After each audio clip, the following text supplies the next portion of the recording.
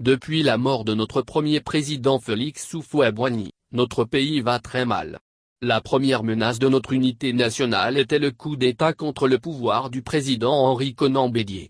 Un groupe de soldats se révolte le 23 décembre 1999. Refusant de démissionner à la demande des soldats, Henri Konan Bédié est renversé par un coup d'État le lendemain. L'ancien commandant de l'armée, en retraite, Roubergue, est appelé en tant que chef d'un comité national de salut public et joue le Père Noël en treillis. Ce dernier organise les élections en 2000.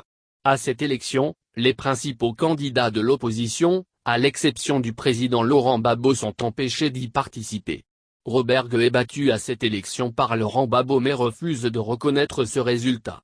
Les manifestations de rue éclatent, ce qui porte Laurent Gbagbo au pouvoir. Mais une crise politico-militaire éclate le 19 septembre 2002 et plonge le pays dans une période d'incertitude.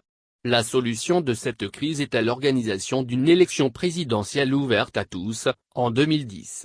Ce qui était considéré comme une bouée de sauvetage se transforme en cauchemar avec une violente crise post-électorale qui fait plus de 3000 morts dans le pays. Et depuis 2011, cette période sombre de l'histoire de notre pays a jeté un discrédit sur la Côte d'Ivoire. Les élections de 2015 ont enregistré la victoire du président Ouattara mais pas un plébiscite car sans enjeu. Désormais, les Ivoiriens se tournent vers l'élection présidentielle de 2020. Peut-on encore se payer le luxe de ternir une fois de plus l'image de notre pays? La réponse est évidente, la Côte d'Ivoire doit revenir à l'ère d'Houphouët où le pays était vivable. Cependant, les préconditions des futures élections dans notre pays, ne présagent pas de beaux jours.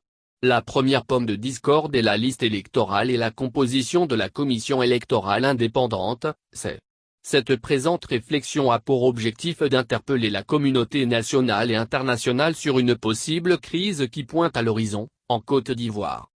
Des irrégularités lors de l'enrôlement.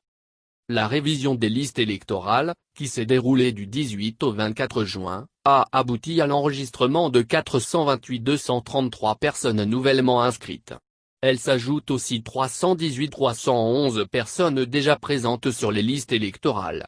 Dans un communiqué du 29 juin 2020, le président de la CEI, Ibrahim Koulibaly Kuiber, a annoncé une nouvelle prorogation jusqu'au 5 juillet 2020 à 12 h. Nous sommes le 7 juillet 2020, la période de révision est théoriquement arrivée à son terme. Mais le fait marquant reste les nombreuses irrégularités constatées, partout, en Côte d'Ivoire. Le secrétaire général du FPI, Dr Assou Adou, a révélé des difficultés dans la conduite de l'opération d'inscription sur le listing électoral. Il a fait cas de l'enrôlement frauduleux sur le fichier électoral, de ressortissants de la sous-région ouest africaine, notamment dans les localités de Bamo à Yamoussoukro et de Ouassolonka à Divo. Le FPI fait également mention de graves défaillances dans la conduite même de l'opération d'enrôlement et cite entre autres l'érection de certains domiciles de cadres du RHDP, en lieu d'enrôlement pour certaines catégories de citoyens. De son côté, le président Bédié a affirmé sans détour, que les non-nationaux ont été enrôlés pour servir de bétail électoral. De la nécessité d'un audit de la liste électorale. Des soupçons de fraude sur la liste électorale se font jour et les choses doivent évoluer. Mais malgré les critiques et dénonciations de l'opposition, le pouvoir actuel, qui a bénéficié hier de l'appui de la communauté internationale pour nettoyer la liste électorale, n'en a cure. Ce pouvoir est tellement amnésique qu'il n'a retenu aucune leçon de l'histoire récente de notre pays suite à des élections contestées. Il est désormais admis que l'instabilité politique en Afrique provient, en grande partie, des élections mal organisées. Tout d'abord, les fraudes se passent au niveau institutionnel et administratif. Le fraudeur dissimule ses intentions dont les opérations de recensement général de la population en procédant au rétrécissement du fief électoral de l'adversaire, charcutage électoral. Ensuite, le fraudeur dissimule ses intentions dans la loi électorale. Par exemple, on peut durcir les conditions d'éligibilité ou de vote dans le but d'exclure tout ou partie des adversaires ou de l'électorat. Enfin, dans l'organisation des élections, on relève une composition partisane de la commission électorale et du corps électoral qui demeure en faveur du pouvoir en place. Les citoyens identifiés comme faisant partie des partisans de l'opposition ne sont pas toujours inscrits sur les listes électorales ou encore, ils sont détournés de leur lieu de résidence habituel dans le but de les décourager d'aller voter. La pire des fraudes est l'enrôlement des étrangers et des morts sur la liste électorale, le tout, au profit du pouvoir en place. Nous pouvons citer l'exemple de la Guinée. Dans ce pays, 10 jours d'audio auront suffi à un cabinet de 3 experts de la CEDEAO, communiqué économique des États de l'Afrique de l'Ouest, pour découvrir que plus de 2,4 millions d'électeurs douteux figurent sur la liste électorale. Ces 2,4 millions de personnes sont sur le fichier électoral sans pièce justificative.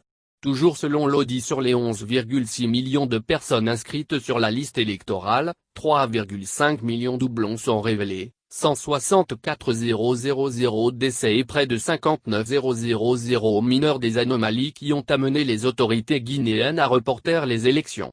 Il s'agissait du double scrutin couplant élections législatives et le référendum constitutionnel. Au regard des signes avant-coureurs d'une crise post-électorale future, nous appelons la communauté nationale et internationale à soutenir l'idée d'un audit pour assurer la transparence et la crédibilité des futures élections en Côte d'Ivoire. Si l'opposition ne mène pas ce combat, alors qu'elle se taise et accepte le braquage électoral qui se dessine.